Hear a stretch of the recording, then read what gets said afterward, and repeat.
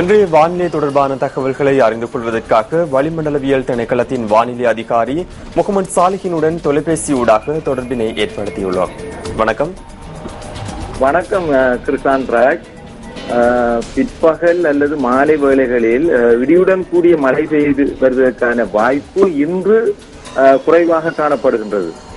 எனினும் நாளை முதல் இந்நிலைமை மாற்றமடைந்து பிற்பகல் அல்லது மாலை வேளைகளில் இடியுடன் கூடிய மழை பெய்யக்கூடியதாக இருக்கும்.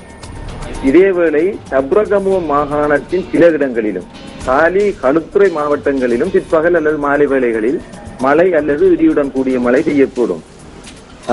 சூரியனின் வடக்கு நோக்கிய நகர்ச்சியின் காரணமாக இன்று 6ஆம் தேதி பொஸ்கொட, லுணுகம்பெகர, தவலம மற்றும் எம்பிலிப்பிட்டிய போன்ற நகரங்களுக்கு மேலாக மதியம் 12-13 மணி அளவில் சூரியன் உச்சம் கொடுக்கக்கூடியதாக இருக்கும்.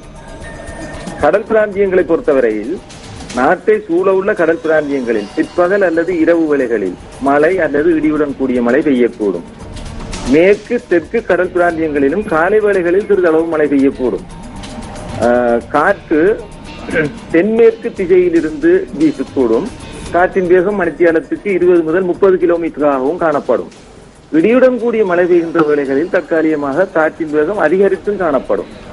நாட்டை சூழ உள்ள கடல் பிரதேசங்கள் கொந்தளிப்பாக இருக்காவிட்டாலும் இடியுடன் கூடிய மழை பெய்கின்ற சந்தர்ப்பங்களில் இடைக்கிடையே கொந்தளிப்பாகவும் காணப்படும்.